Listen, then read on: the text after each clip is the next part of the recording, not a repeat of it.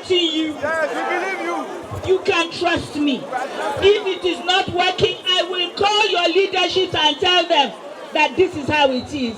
I do not lie.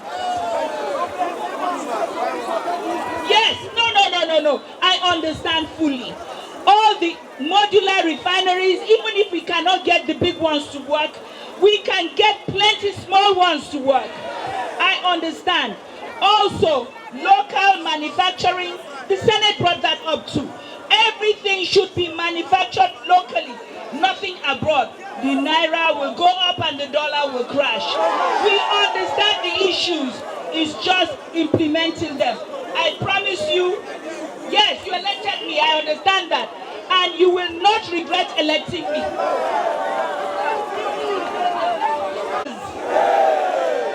Great Nigerian workers,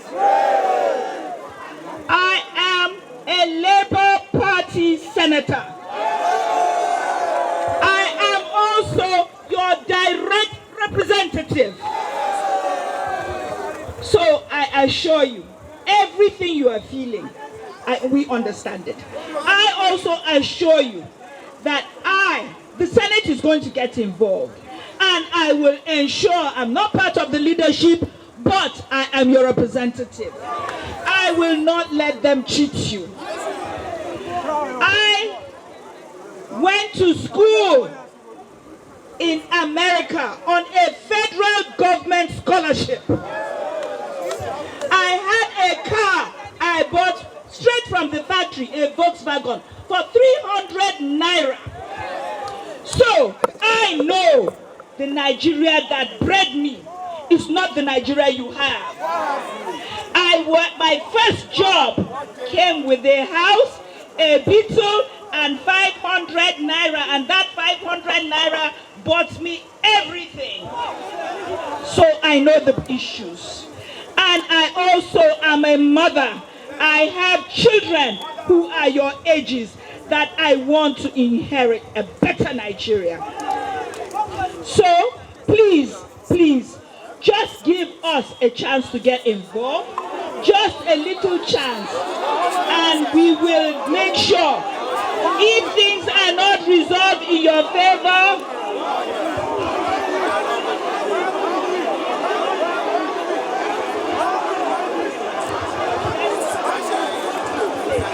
through the immediate past president of the Nigerian Labour Congress. that's the letter.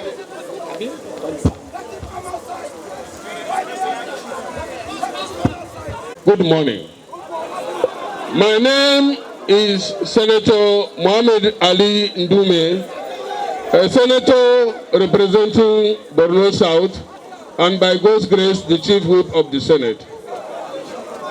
Comrades, I come here in solidarity. Let me say one thing. Please, I beg you in the name of God, let us take what we are doing serious.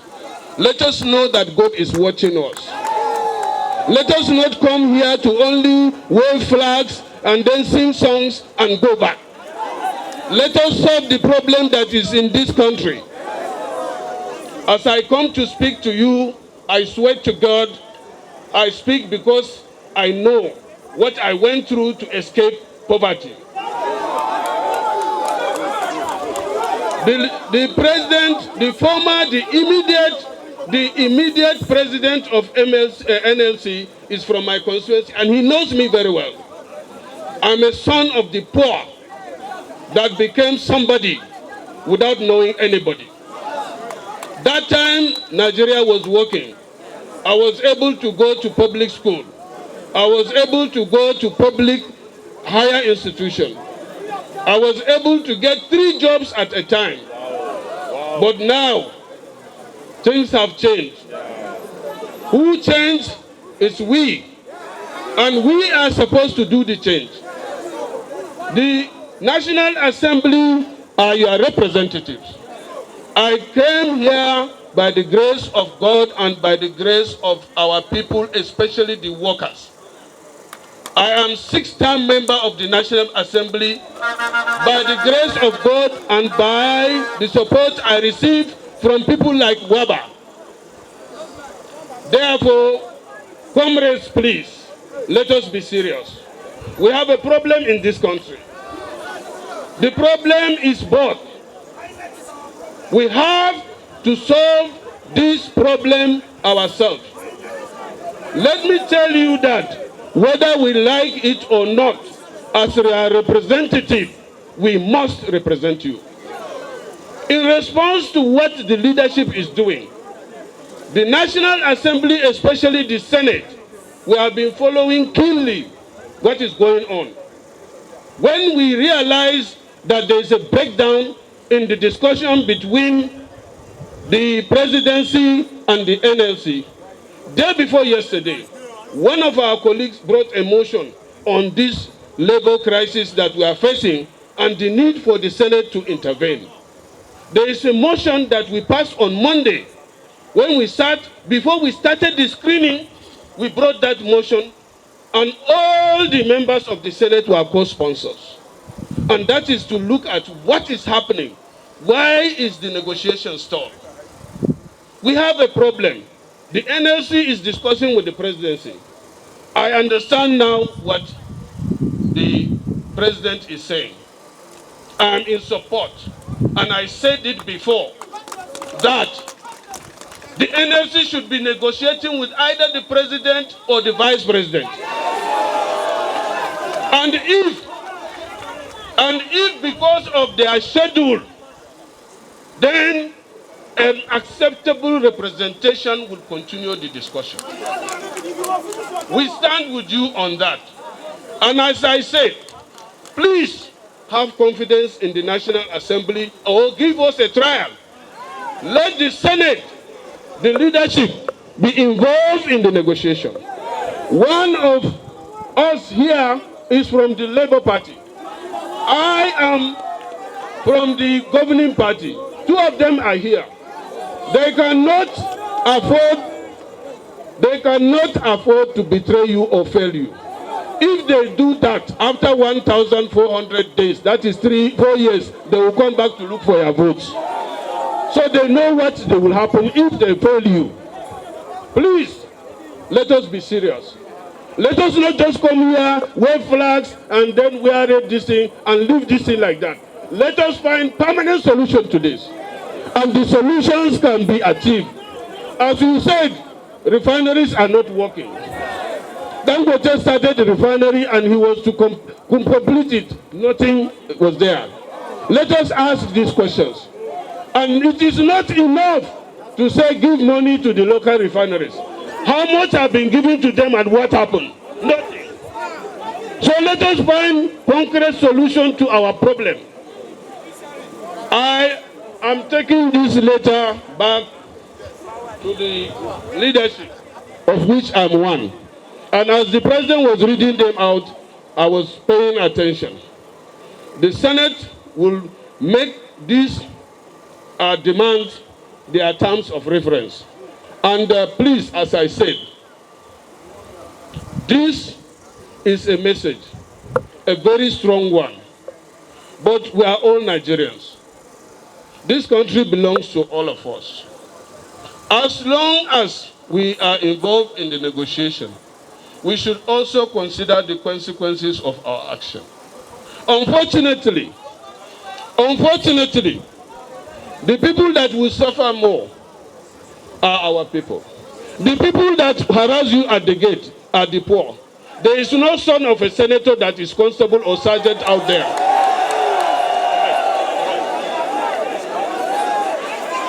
So, where is the problem? The problem is with us. When I was told that you are bad at the gate there, the sergeant at times is here. He can bear me witness. He called me.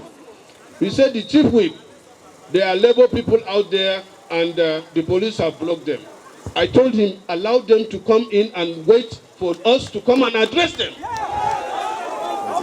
So it's not that we are completely insensitive. We are Nigerians. As I said, most of us, unfortunately, that are maltreating our own are from the poor. How many are rich Nigerians? There are very few. Majority of our senators are from the poor. Majority of the police harassing us are from the poor. Majority of those people that are doing all these things are the poor. They are just lucky to be in part of a security, and then you are in the labor. That's the difference. So let us, Mr. President, I give you my word, and I give the leadership your word. And also, you should let Nigerians know what is going on. It is not enough for us to gather here and talk about this. We should carry Nigerians along. We should carry Nigerians along. And then we should be considerate to the impact or the effect of our actions on Nigerians. So that if you are fighting somebody, and you don't want to, or you are not supposed to kill him, please beat him, don't kill him. So if you are beating in order to teach that person a lesson, if you kill him, then it becomes another thing. So don't kill us, please. Beat us, but don't kill us. Beat us, I understand. When you disagree with somebody, you can slap him. But if you shoot him, he is dead. So slap us, but don't shoot us. If you shoot the system, then everybody will suffer. And you too will suffer, because if you don't have me, then you are not okay. If your neighbor is hungry and you are okay, you are not okay. So please, Mr. President, reconsider this and give the Senate the chance. And then if we fail you, then of course you can go back to your position. I beg you in the name of God, this should serve as a warning to the presidency, to the National Assembly, to everybody. Then if nothing very tangible comes out of our effort, then you can take action. Thank you very much. To implement what we have agreed. As I said, we have formed a committee.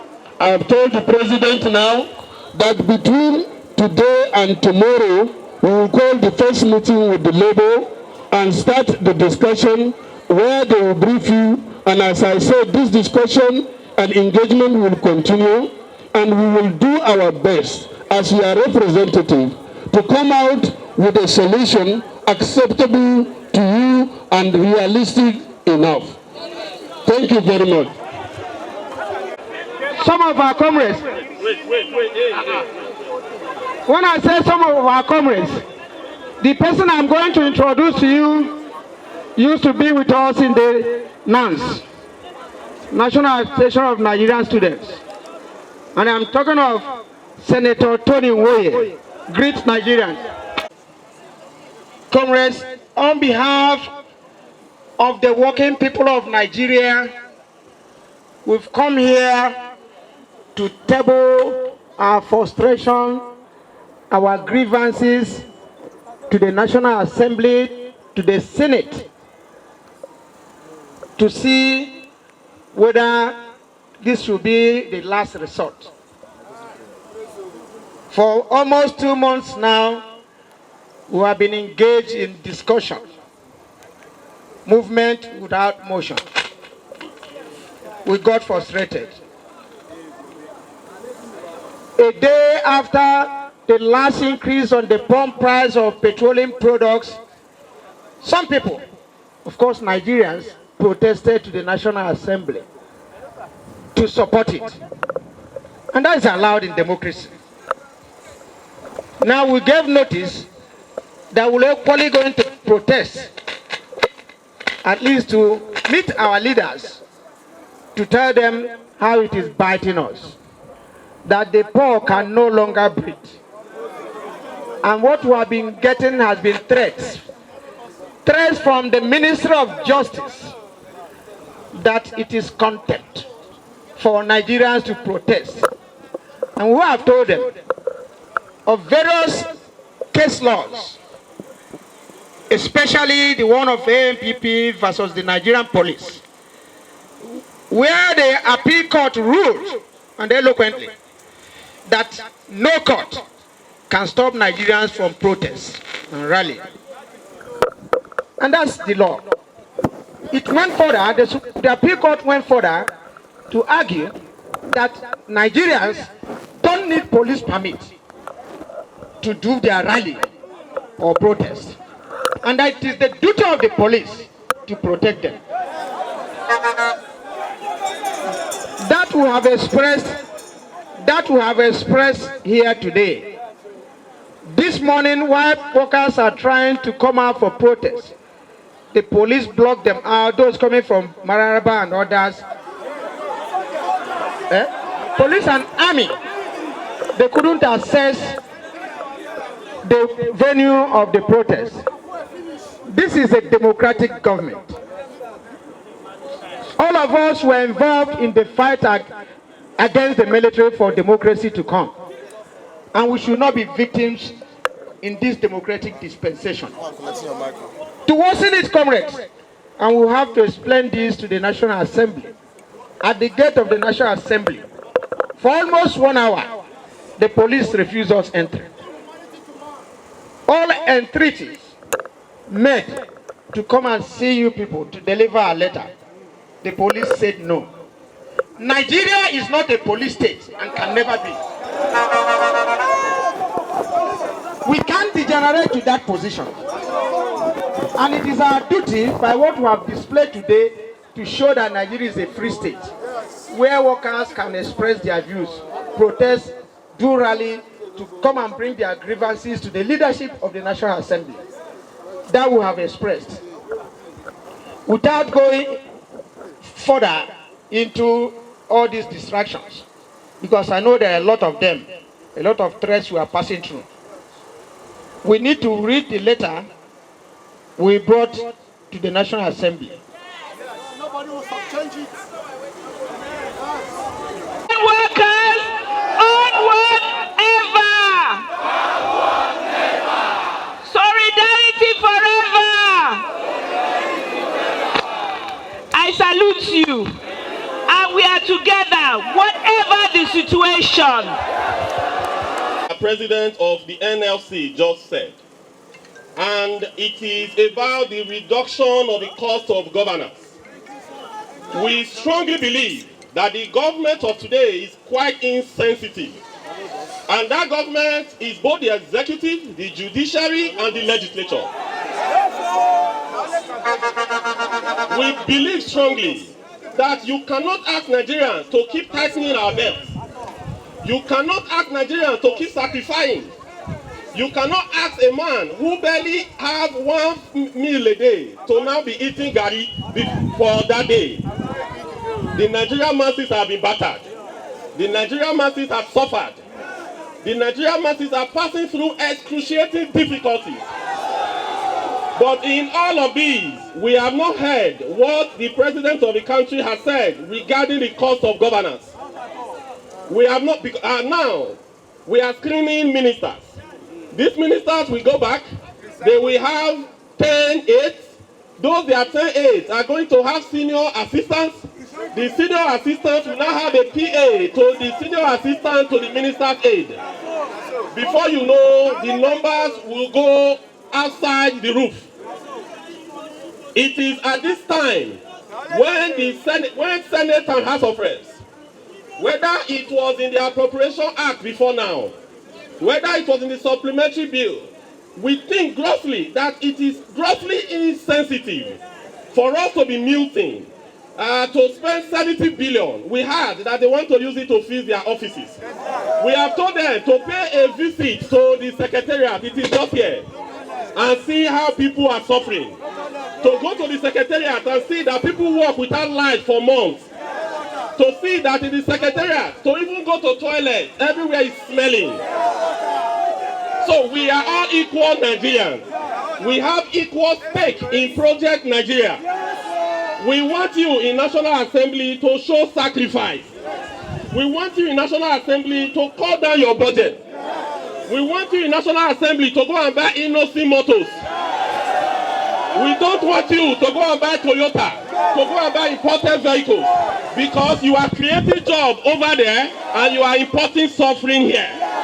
There is nothing wrong in using NLC motors or locally assembled vehicles in Nigeria. You must show leadership. You must lead from the front because we elected you to work for us. We know also that yes, the condition with which you work is also important. We are not insensitive. But all we are saying is that you must sacrifice. If you don't have television in your office, you can use your phone in watching television. If you cannot have AC in your office, you can use fan. Because there are a lot of Nigerians who don't even have fan, who don't even have light. So please, you must show leadership from the front and pass this please to the Senate President and to the Speaker of the Federal House of Representatives that you must show sacrifice. Solidarity! Solidarity! As I said, fellow comrades, we have motion on ground. The Senate is going to be involved. Please give us 1 week and we will report progress. So I am begging you to call up to strike and give us 1 week and we will report progress, and if you are not satisfied with the progress we are making, then you can take further action. Please.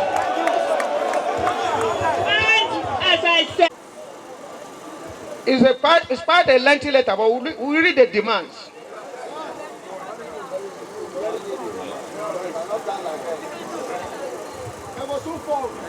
We remain the demands, our demands, to cut it short, sir. Maybe in few points, demand about 6 or 7. After we formally hand it over to the National Assembly, to the Senate. We demand the immediate implementation in good faith of all resolutions with Congress jointly signed with the government and TUC. Immediate reversal of all anti-poor policies of government, including the recent hike in PMS price, school fees, and VAT. Now, when we talk about recent hike, there was a hike of 520, 540, for which a committee was set up by the government, for which the government went to court and got an injunction, for which the court announced that status quo should remain. And the court has not met between that time and now. 2 adjournments the court did not meet. And one of the parties went ahead to increase again to 617. We have come here to protest that very issue because we have not gone on strike for 617. And we are going to consider that option after now. Because the issue of strike and court order was all around 520. And we have not even addressed it. One party went ahead to increase again. So it's like saying, 2 fighting, stop fighting, and another person went ahead to give another blow. That is where we are today. We now have to look at the law, distinguished senators, the law that says when you beat a child, if the child cries, you punish him again. I enter agreement with you, you fail to implement, I cry by maybe going on strike, you punish me. I want the National Assembly to look into this, the Senate to look into this, whether it is in order. It is happening to ASU now. We had an agreement with ASU since 2009, it was not implemented. ASU went on strike, you imposed it with no work, no pay. Now you are the beneficiary of your incompetence and your refusal to obey the agreement. You have to look at that law. Because if you beat a child, the child must of necessity cry, especially when they waited for almost 10 years. We have to respect the sanctity of agreements. The fixing of all local refineries, Port Harcourt, Warri, and Kaduna. In the entire statement by Mr. President, no comment was made on this. And we can't continue to run an import-driven petroleum system, energy system.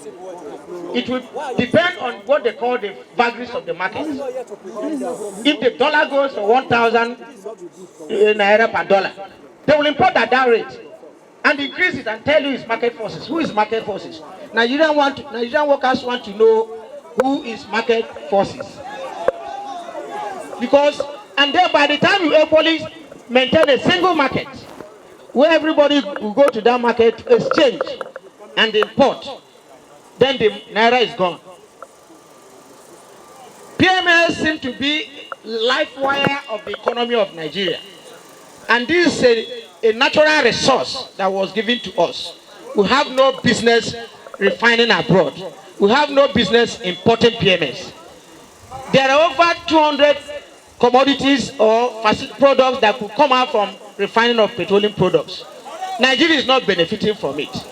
We are subsidizing workers from other countries where refining is taking place. You harvest cassava in your farm, you sell cassava, and you buy garri. That's the economy we are running here. It's unacceptable. We have to think of it. Closely related to this was the agreement we agreed on CNG, compressed natural gas. Nigeria has a large deposit of gas that could last for the next 500 years. And now by our last assessment in 2020, a liter could cost as much as 90 naira. In the current rate, a liter will not cost more than 150. And that was an agreement we signed with the government, that we should explore the CNG gas option as an alternative. Instead of forcing every Nigerian to buy at 600 and 30 and 40 and whatever rate, there should be alternative. Those who want PMS can go for PMS. And by that time, we had an agreement. We did a pilot study in Edo. Over 5,000 vehicles are running on CNG in Edo. And I don't know what it will cost this government to do even 1 million, convert 1 million cars within 3 months for us to go take that option. Some people are frustrating it to compel all of us to use PMS. We're equally asking for the release of the 8 months withheld salaries of university lecturers and workers. Very important. It's very highly inhuman. You know, people cannot even manage their salaries to the end of the month. And now you see somebody's salary for 8 months. The National Assembly, the Senate should please, look into this matter to help us. To accord priority recognition and support to the Presidential Steering Committee and work of its subcommittees. Since the committee was set up, no subcommittee has concluded work. It may interest you that Mr. President said they are having talks with Labour. We have not met at the Labour subcommittee. The committee has not been inaugurated. And the subcommittee is to talk on wage award, because minimum wage is a national legislation. When we discuss minimum wage, it comes to the National Assembly for you to pass it into law. The existing minimum wage will expire by next year. So we can't wait till next year. So as a matter of palliative or cushioning the effects of this subsidy, there is what is called wage award. It is known in this country. The Dodgy award was there. Even this January, the federal government gave 40% of salary increase to its workers to cushion the effects of the COVID-19.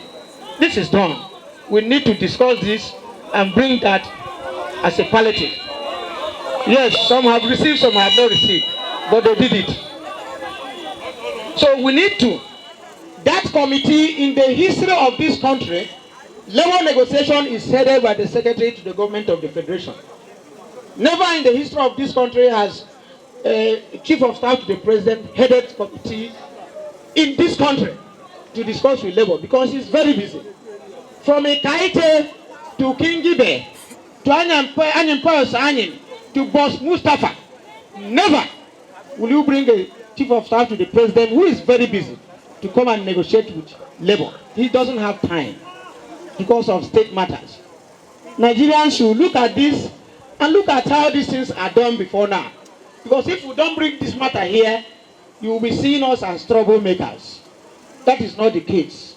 Things are not happening. We need to bring it to the fore. We actually ask for us to look at putting a stop to all inhuman actions and policies of the government. Mr. President talked about 1 trillion naira saved. The committee where we are meeting, they told us that no one kobo is saved. Therefore, we have not agreed on what to pay anywhere. So who do we believe? Is it the committee? Is it Mr. President? We are going to believe Mr. President. So that 1 trillion, we need to look at it, what we are going to do with it. But this inconsistency in pronouncements is not the best for us. We have equally looked at the issue of refineries. Young men in the Niger Delta are refining, and we have said, let us license them. They call them illegal refineries. We say no, let us legalize the illegality. Let us form a group, register them, license them, and get a standard organization to monitor the product that is coming down there. Refining is not a rocket science. We can do it here, but people are frustrating it. Comrades, on and on and on. We may even seek further discussion with the Senate. But in the event of what is happening now, we need to bring this to the attention of the National Assembly, to the attention of the Senate, because various efforts were made for us not to equally come and tell you what is happening, for us not to tell Nigerians what is happening. But we thank God we are here. But I think we should not be provoked beyond this. The country is ours. It belongs to all of us, and every Nigerian should enjoy the dividend of democracy. Thank you very much. Solidarity.